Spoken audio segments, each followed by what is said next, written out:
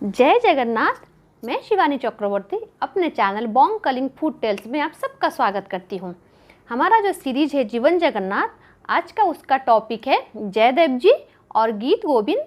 और जो हमारी रेसिपी है आज की वो है दही पखाड़ा, जो जगन्नाथ जी का बहुत ही प्रिय प्रसाद है। और जैसा हम हमेशा करते हैं, पहले रेसिपी बना लेते हैं और उसके बाद बात करते हैं। तो चलिए पहले किचन में चलते हैं। जो दही पखाड़ा रेसिपी है आज की वो बना लेते हैं, बाद में आके हम जयदेव जी और गीत गोविंद के बारे में बात करेंगे। जय जगन्नाथ। अभी मैं अपने किचन में हूँ और आज मैं लेके आई हूँ जगन्नाथ जी का एक बहुत ही प्रिय प्रसाद, वो है दही पखाड़ा। और हमारे उड़ीसा में तो हर घर में मतलब पखाड़ा बहुत ही प्रिय है, लोगों का बहुत पसंदीदा खाना होता है पखाड़ा, और ये बहुत हेल्दी भी होता है। और इसलिए जगन्नाथ मंदिर में जो होता है 6 टाइप के पखाड़ा जो होते हैं वो भगवान को भोग लगते हैं, और आज मैं उन्हीं में से लेके आई हूँ एक, वो है दही पखाड़ा। आपने अगर पखाड़ों को कभी देखा होगा या फिर उसके बारे में सुना होगा तो आप जानते होंगे कि जो फर्मेंटेड राइस होता है, चावल जो होता है, उसमें पानी डाल के उसको खाया जाता है और वो बहुत टेस्टी होता है। पखाड़ा मतलब चावल और पानी। बंगाल में भी बहुत खाते हैं, उसको बोलते हैं पांता। उड़िया में बोलते हैं पखाड़ा, बंगाल में बोलते हैं उसको पांता भात। तो लेकिन जगन्नाथ मंदिर में जो मैंने बोला कि 6 टाइप के पखाड़ा भोग होता है, उसमें भी चावल के साथ पानी जाता है और बाकी के जो इंग्रेडिएंट्स जाते हैं वो भी जाता है। लेकिन जो मंदिर का जो होता है दही पखाड़ा, उसमें पानी नहीं जाता। मैं यहाँ पे फिर से कह दूँ, जगन्नाथ मंदिर में जो दही पखाड़ा मिलता है उसमें पानी नहीं जाता। 6 टाइप में से सिर्फ यही एक टाइप है मंदिर में जिसमें पानी नहीं जाता। अगर बाहर कहीं आप दही पखाड़ा खाएंगे तो पानी में दही मिला के उसको चावल डाल के आपको देते हैं, वो उसको दही पखाड़ा बोलते हैं। लेकिन ये जो दही पखाड़ा जगन्नाथ मंदिर में बनता है उसमें बिल्कुल भी पानी नहीं जाता। तो क्या जाता है अभी हम बनाएंगे तब आपको पता चलेगा कि उसमें क्या क्या जाता है। उसके लिए हमें लेना है चावल जो अच्छी तरीके से पका हो, ये चावल है, और थोड़ा सा घी, और ये है दही, क्योंकि दही पखाल है तो दही, और ये रोस्टेड क्यूमिन है, मतलब रोस्टेड जीरा, और ये है अदरक जो छोटे छोटे हिस्सों में कटा हुआ है, उसको बोलते हैं चुन्नी अदा। मतलब चुन्नी मतलब जो छोटे छोटे पीसेस होते हैं उसको चुन्नी बोलते हैं। बंगाली में उसको कुची बोलते हैं, तो उड़िया में उसको चुन्नी बोलते हैं। और ये है नमक। अभी आप बोलेंगे पखाड़ों में घी का क्या ज़रूरत है, लेकिन मैं आपको बता दूं जगन्नाथ मंदिर में जगन्नाथ जी जो हैं वो पखाड़ों में घी डाल के खाते हैं। हर पखाड़ों में नहीं, लेकिन 2 टाइप 3 टाइप के पखाड़ होते हैं उसमें वो घी डाल के खाते हैं। तो चलिए बनाना शुरू करते हैं दही पखाड़ा। पहले मैं क्या करूँगी, ये जो दही है उसको मैं डाल लूँगी इसमें, इस चावल में, और उसके बाद उसको अच्छी तरीके से मिला लूँगी।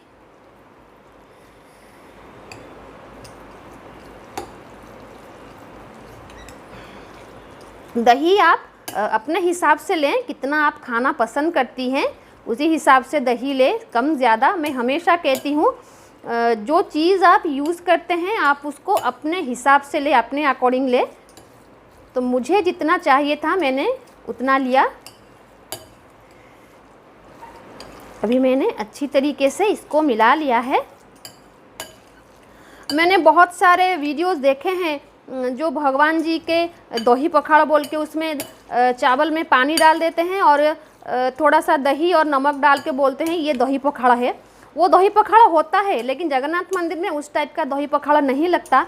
और अगर मैं मंदिर से रिलेटेड कुछ चीज़ें दिखा रही हूँ तो मेरा हमेशा यही प्रयास रहेगा कि मैं वो ऑथेंटिक चीज़ें ही दिखाऊं, क्योंकि अगर मैं अपने से कुछ दिखा दूंगी और मंदिर में कुछ और हो रहा होगा, अगर किसी को मालूम होगा ऑथेंटिक रेसिपी, तो वो तो बोलेगा ना कि ये झूठ बोल रही है, कि उसको पता नहीं है, कुछ अलग दिखा रही है। इसलिए मैं वही रेसिपी आपको दिखा रही हूँ जो मुझे पता है मंदिर में होता है और भगवान जी वैसे खाते हैं, वही मुझे पता है। मैं अपने से कुछ दिखाने की कोशिश नहीं करूँगी। और उसके बाद क्या डालेंगे हम इसमें, ये जो उसके बाद हम डालेंगे नमक। नमक जितना लगता है आप उतना ही डालें, कम खाते हैं तो कम और ज़्यादा खाते हैं तो ज़्यादा। नमक हमेशा कम खाइए मतलब कम खाइए। और उसके बाद ये है अदरक, ये जो कटा हुआ अदरक है उसको, और ये जो हमने भून के रखा था भुना हुआ जीरा, इसको हम इसमें डाल देंगे। और यहाँ पर मंदिर में जो होता है ना वो तड़का नहीं लगता, और यहाँ पर मैं ये चम्मच यूज़ कर रही हूँ इसको मिलाने के लिए। और ये जो दही होता है, दही पखाड़ का जो प्रसाद होता है मंदिर में, वो कुड़वा जो होता है, मिट्टी का कुड़वा जिसमें बनता है चावल, उससे निकाल के उसमें दही डाल के ये प्रोसेस होता है। और वो लोग हाथ नहीं लगाते होंगे, वही जैसा मैंने कहा था ऐसे हिला के उसको मिलाते हैं, उसी तरह से करते हैं। ये हो गया हमारा। और इसके बाद हम इसमें थोड़ा सा घी डालेंगे, तो ज़्यादा नहीं, थोड़ा सा डालेंगे, लेकिन डालेंगे। और मंदिर में, जगन्नाथ मंदिर में जो वो ये कहावत है, लोग कहते हैं, अगर आप जाएंगे तो लोग कहेंगे पोखाड़ा भातरे घी तो बोपा खाई थिला की। इसका मतलब है कि तेरे बाप ने कभी पोखाड़ा में घी डाल के खाया है। तो वहाँ के लोकल जो होते हैं वो कहते हैं हाँ हमारे बाप ने खाया था, क्योंकि जगन्नाथ जी हमारे बाप हैं और हमारे बाप ने पोखाड़ा भात में घी डाल के खाया था, इसलिए ये कहावत इसके साथ मतलब बोली जाती है। अच्छा, तो ये हमारा जो पोखाड़ा है अभी वो रेडी हो गया है। ऐसे ही भगवान जी को हमें अर्पण करना है मंदिर में, ऐसे ही दही पोखाड़ा बनता है। और ये है जगन्नाथ जी का मंदिर में बनने वाला दही पोखाड़ा। ये देखिए, अब ये हमारा दही पोखाड़ा बन के रेडी है। बहुत कम टाइम लगता है इसको बनाने में और बहुत कम इंग्रेडिएंट्स भी लगते हैं, और ये बहुत टेस्टी होता है। आप एक बार बना के इसको ज़रूर खाइए, ज़्यादा क्वांटिटी में मत बनाइए, कम क्वांटिटी में बनाइए, और वो बहुत टेस्टी होता है खाने के लिए। और अगर आपको हमारा ये रेसिपी अच्छा लगा तो हमारे चैनल को सब्सक्राइब कीजिए और हमारे वीडियोज़ को लाइक कीजिए और बेल आइकन को दबाइए, ताकि हमारा जो आने वाले वीडियो है उसका नोटिफिकेशन आपको मिल सके। हमारा ये वीडियो देखने के लिए आपका बहुत बहुत धन्यवाद। जय जगन्नाथ। मैंने पोखाड़ा बना लिया है, दही पोखाड़ा। और चलिए अब हम बात करते हैं जयदेव जी के बारे में। मेरी ये जो सीरीज़ है जीवन जगन्नाथ, उनमें मैं उन सारे चीज़ें और सारे व्यक्ति विशेष के बारे में बात करूंगी जो जगन्नाथ जी के साथ जुड़े हैं। मतलब उनको बाहर करके जगन्नाथ संस्कृति की कल्पना भी असंभव है। तो उनमें से जयदेव जी एक हैं। जयदेव जी का जो जन्म है 1170 को हुआ था, और उनकी जन्म की जो स्थान है, जन्म स्थान है, उसको लेकर कंट्रोवर्सी हमेशा से ही है। क्योंकि बंगाल के लोग कहते हैं कि वो बंगाली हैं, बंगाल में उनका जन्म हुआ है। उड़ीसा के लोग कहते हैं कि उड़ीसा में उनका जन्म हुआ है। और बिहार के लोग कहते हैं कि जो मिथिला है वहाँ पर उनका जन्म हुआ है। बिहार के बारे में तो खैर उनकी कोई इतनी जानकारी है नहीं, लेकिन जो बंगाल के बारे में जो जानकारी ये है कि जो आखिरी हिंदू सम्राट थे, जो सेन डायनेस्टी के सम्राट थे, तो उनके जो राजसभा थे उनके वहाँ पे जयदेव जी तो थे, वो एक परिषद के रूप में थे। और उनका जन्म बीरभूम डिस्ट्रिक्ट में हुआ था। और जो चैतन्य जी जो भक्ति धर्म का जो प्रचार करते थे, उनका जो एक्चुअली जो सबसे पहले वो प्रचार प्रसार किया था वो जयदेव जी ने किया था। और ये मान्यता बंगाल में है, और बंगाली मानते हैं कि जयदेव उनके हैं। और जहाँ तक उड़ीसा के मानने की बात रही, तो जितने भी हमारे यहाँ पे शिलालेख हैं और जितने भी सारे वहाँ पर सबूत हैं जयदेव जी के यहाँ पे होने की, उसके हिसाब से जगन्नाथ जी जो हैं वो खुर्दा डिस्ट्रिक्ट के केंदुबिल्ल शासन ग्राम में उनका जन्म हुआ था। शासन ग्राम उनको कहते हैं जहाँ ब्राह्मणों की आबादी बहुत ज़्यादा होती है और वो ब्राह्मणों का ग्राम होता है। या तो ब्राह्मण शासन कहते हैं, या फिर उस ग्राम का नाम लेकर उस ग्राम के नाम के साथ साथ शासन लगा रहता है। तो इसीलिए केंदुबिल्ल शासन जो था वो एक ब्राह्मण ग्राम था, वहाँ पर उनका जन्म हुआ था, और वो खुद एक ब्राह्मण थे। और वहीं से उन्होंने अपनी जो शिक्षा थी वो समाप्त की थी। और जिस स्कूल में, मतलब जिस गुरुकुल में वो शिक्षा लेते थे, बाद में वहीं पर आचार्य बनकर उन्होंने शिक्षा प्रदान की। और उसके बाद जो उनका रुझान था वो साहित्य की तरफ गया, और उन्होंने एक बहुत अच्छी कृतियाँ जो साहित्य की हैं, वो संस्कृत साहित्य की उनके द्वारा की गई हैं। जैसे दशावतार स्तोत्रम हो गया, और भगवान श्री कृष्ण से रिलेटेड बहुत सारी काव्यों उन्होंने रचना की हैं। और उनके जो काव्यों में से सबसे अनमोल है वो है गीत गोविंद। गीत गोविंद वो चीज़ है मतलब जिसके बिना आप जगन्नाथ जी की कल्पना तक नहीं कर सकते। तो गीत गोविंद के लिखने के पीछे की कहानी है वो मैं बाद में बताऊंगी, पहले हम उनके बारे में थोड़ा जान लेते हैं। जयदेव जी के जो पिता थे उनका नाम था भोजदेव, माता का नाम था राधा देवी और उनकी पत्नी का नाम था पद्मावती। एक ऐसा कहा जाता है कि जो उनकी पत्नी थी, जो पद्मावती की जो माता पिता थे उनके कोई संतान नहीं हो रहा था, तो उन्होंने भगवान से मानसिक किया था, मन्नत मांगी थी ताकि अगर उनकी कोई संतान होती है, पुत्र हो या पुत्री, वो जगन्नाथ जी को समर्पण कर देंगे। तो जब उनके बाद जब पद्मावती उनके घर पैदा हुई तो वो उनको लेकर आए थे जगन्नाथ जी को समर्पण करने के लिए। लेकिन जगन्नाथ जी उनके सपने में आकर उनको कहा था कि ये पुत्री देवदासी नहीं बनेगी, इनको आप जयदेव जी को समर्पण कर दीजिए, ये मेरा आदेश है, ताकि वो उनके साथ विवाह कर सकें, ये इनकी अर्धांगिनी बनेंगी। तो जगन्नाथ जी का आदेश पाकर जयदेव जी ने पद्मावती जी से विवाह किया था। और एक प्रख्यात नृत्यांगना थी, महारी नृत्य कला में वो पारदर्शिता उनको हासिल हुई थी। और जो जयदेव जी थे जब उन्होंने गीत गोविंद की रचना करना शुरू किया, गीत गोविंद वो काव्य है जो राधा और कृष्ण जी के जो प्रेम, जो डिवोशनल लव स्टोरी है, उसको एक अलग तरीके से उसको प्रेजेंट किया गया है। वो जो शाश्वत प्रेम संबंध था उसको इसी तरीके से पेश किया गया है गीत गोविंद में। अगर आप उसको नहीं पढ़ेंगे तो आप समझ नहीं पाएंगे। मेरा सौभाग्य एक बार हुआ था गीत गोविंद सुनने का, तो मैं जानती हूँ कि उस चीज़ में क्या है।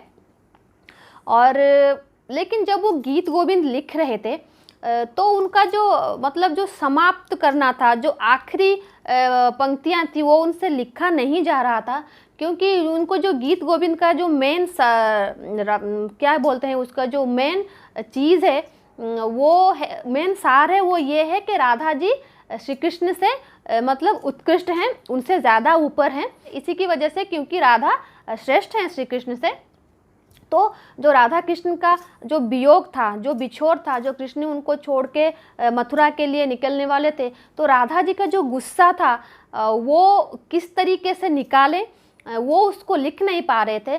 और जो वो सोच रहे थे लिखने के लिए, वो उनसे लिखा नहीं जा रहा था। तो ये सा करके कुछ दिन बीत गए, लेकिन वो समाप्त नहीं कर पा रहे थे।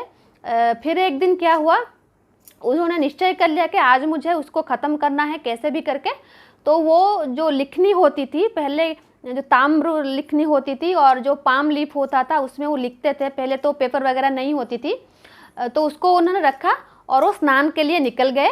और उनका ये मोटिव था कि स्नान करने के आने के बाद उसको ख़त्म करना है।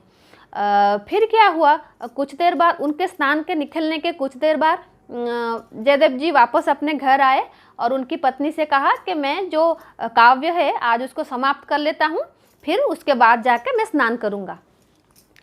तो उन्होंने वो पद समाप्त करने के लिए लिखा। वो पद क्या था, स्मर गरलम खंडनम मम शिरसि मंडनम देहि पाद पल्लवम मुदारम। इसका अर्थ ये है, जो कृष्ण जी राधा जी से कह रहे हैं कि जो विष है, मतलब बिछोर का जो विष है, आप उसको कैसे समाप्त कर सकते हैं। आपका जो कमल जैसा पैर है, कमल पुष्प जैसा पैर है, वो आप मेरे सर पे रख दो, वो आपका जो विरह का वेदना है वो समाप्त हो जाएगा। तो राधा जी कृष्ण जी के सर के ऊपर पाँव रखेंगे, ये उनसे लिखा नहीं जा रहा था। तो जो वापस जयदेव के रूप में आए थे, वो जयदेव नहीं थे, वो स्वयं जगन्नाथ जी थे, जो जयदेव का रूप लेकर आए थे उस काव्य को समाप्त करने के लिए। क्योंकि जब जयदेव जी वापस स्नान करके घर आए तो उनके पत्नी ने उन्हें कहा कि अभी तो आप आए थे, फिर कहाँ से आए। तो उन्होंने कहा, नहीं, मैं तो अभी स्नान करके आया हूँ, मैं तो वापस नहीं आया था। तो उनकी पत्नी ने कहा, आप वापस भी आए, आपने काव्य समाप्त भी किया और आपने भोजन भी किया, जगन्नाथ जी ने उनके घर में भोजन भी किया था। तो ये था। तो जयदेव जी को पता चल गया कि भगवान जी ने स्वयं आकर उनके काव्य को पूर्ण किया है। तो वो जो लास्ट 2 स्टांजा थी, जयदेव जी ने कभी क्लेम नहीं किया है कि उन्होंने उसको लिखा है। उन्होंने हमेशा कहा कि भगवान ने उनके बिहाफ में आके उनको लिखा है। ये हो गया गीत गोविंद। गीत गोविंद जगन्नाथ जी को इतना प्रिय है कि मंदिर में जयदेव जी गीत गोविंद की गायन करते थे और उनकी जो पत्नी थी वो नृत्य करती थी, और देवदासियाँ भी गीत गोविंद गा के नृत्य करती थी। जो गायनी मैंने लास्ट एपिसोड में कहा था देवदासी के लिए, वो गाती थी भी गीत गोविंद, और गीत गोविंद के छंद पे वो नृत्य भी करती थी।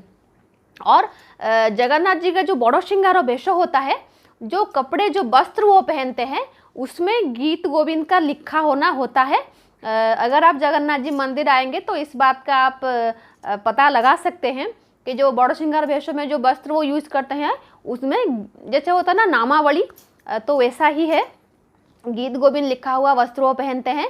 और गीत गोविंद को लेकर और एक मतलब ये लोक कथा है, और ये है कि जब जयदेव जी का गीत गोविंद बहुत पॉपुलर हो गया तो राजा जी जो थे वो खुद एक कवि थे, तो उन्होंने मंदिर से गीत गोविंद को हटाकर ईर्ष्या के कारण अपने लिखा हुआ काव्य जगन्नाथ जी को सुनाना शुरू किया। लेकिन जगन्नाथ जी तो गीत गोविंद के प्रेम में ऐसे पड़ गए थे कि उनको गीत गोविंद के अलावा कोई और काव्य सुनना बिल्कुल भी पसंद नहीं था। तो ये एक मतलब व्यापारी की पत्नी थी जो सब्जी का व्यापार करती थी, उनकी पत्नी थी, वो हर रोज़ गीत गोविंद गाती थी शाम को। जब मंदिर में गीत गोविंद गाना बंद हो गया तो और जो वो गीत गोविंद गाना शुरू करी, वो अपने खेत में जाते हैं, बैंगन के खेत में बैंगन तोड़ने के लिए, और वो वहाँ पर हर रोज़ गीत गोविंद गाती थी। तो भगवान उसके पीछे पीछे चले जाते थे मंदिर में गीत गोविंद सुनने के लिए, और जब वो उन्हें देखती थी तो वो वहाँ से भाग आते थे। ऐसा हर रोज़ चलता रहता था, और हर रोज़ जगन्नाथ जी वो जो कांटे होते थे बैंगन के पे जो प्लांट में जो थ्रोन होते हैं वो लग के भगवान जी का जो वस्त्र होता था वो फट जाता था। और ऐसा करके एक दिन उस व्यापारी की पत्नी को गुस्सा आ गया और वो फटे हुए कपड़े को मंदिर में लेके आए, और जो मेन पुजारी थे उनसे कहने लगी कि आपके मंदिर में हर रोज़ कोई जाता है, मेरी फसल नष्ट करता है। तो राजा जी के मतलब दरबार में ये बात गई, तो राजा जी ने जब उनको बुलाया तो उन्होंने कहा कि हाँ मंदिर में कोई जाता है हर रोज़, क्योंकि मैं हर रोज़ गाना गाती हूँ गीत गोविंद का, और जिस दिन से मैंने गीत गोविंद को शुरू किया है हर रोज़ यहाँ से मंदिर से कोई जाता है और मेरे फसल को बर्बाद करता है। और वो जो फटे हुए कपड़े वो लेकर आई थी, पहचान लिया पुजारी ने कि जगन्नाथ जी का कपड़ा है, क्योंकि जो रत्न सिंहासन पे भगवान बैठे थे उनका कपड़ा भी फट गया था। तो राजा जी को कुछ समझ में आ गया, उन्होंने समझ लिया कि जगन्नाथ जी गीत गोविंद सुनने के लिए गए थे। तो उन्होंने अपने लिखे हुए काव्य और जयदेव के लिखे हुए गीत गोविंद को भगवान के सामने रखा और ये कहा कि जो भगवान की मर्जी होगी वही काव्य सुनाई जाएगी। उन्होंने मंदिर का पट बंद कर दिया, और जब मंदिर का पट खुला तो गीत गोविंद को ही भगवान ने स्वीकार किया था। तो उसी दिन से आज तक ये चलता आ रहा है, गीत गोविंद कभी बंद नहीं हुआ। पहले तो देवदासियाँ गाया करती थी, फिलहाल तो अभी मंदिर में कोई देवदासी नहीं है, लेकिन फिर भी जगन्नाथ मंदिर में गीत गोविंद गाया जाता है। और गीत गोविंद का जो छंद है वो अष्टपदी है, और उड़ीसी नृत्य और जो उड़ीसी नृत्य का जो छंद है और जो ताल है वो लय है वो गीत गोविंद से ही लिया गया है। और जैसे आप ओडिसी नृत्य कहीं पे देखेंगे उनकी जो गायन शैली होती है, गीत गोविंद की भी वही गायन शैली होती है। और गीत गोविंद के साथ साथ उन्होंने दशावतार स्तोत्रम भी लिखा था जयदेव जी ने, जो कि बहुत पॉपुलर है बंगाल, उड़ीसा और ईस्टर्न रीजन में। जयदेव जी का बहुत महत्व है उड़ीसा में, और जो हमारे यहाँ पे स्टेट अवार्ड दिए जाते हैं साहित्य और कला के लिए, वो सबसे बड़ा पुरस्कार जयदेव पुरस्कार होता है। जैसा मैंने कहा था जब मैंने अपना पहला एपिसोड बनाया था इसी चैनल के लिए जो रसगुल्ला के ऊपर था, जब मैंने कहा था कि जैसे रसगुल्ला के लिए बंगाली उड़िया लड़ते हैं, जयदेव के लिए भी बंगाली और उड़िया वैसे ही लड़ते हैं।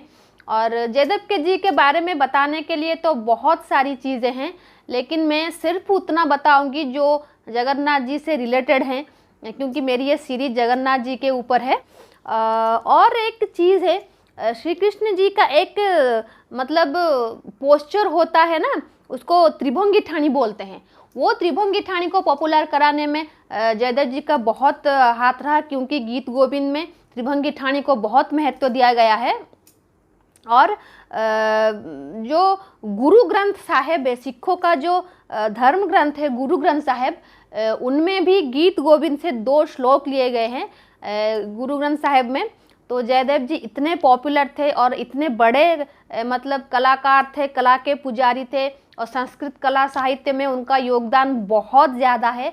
तो इसी बात से आप अंदाज़ा लगा सकते हैं कि गुरु ग्रंथ साहिब का जो ग्रंथ है उनमें जयदेव जी के जो गीत गोविंद का 2 श्लोक है। तो आज के लिए बस इतना ही।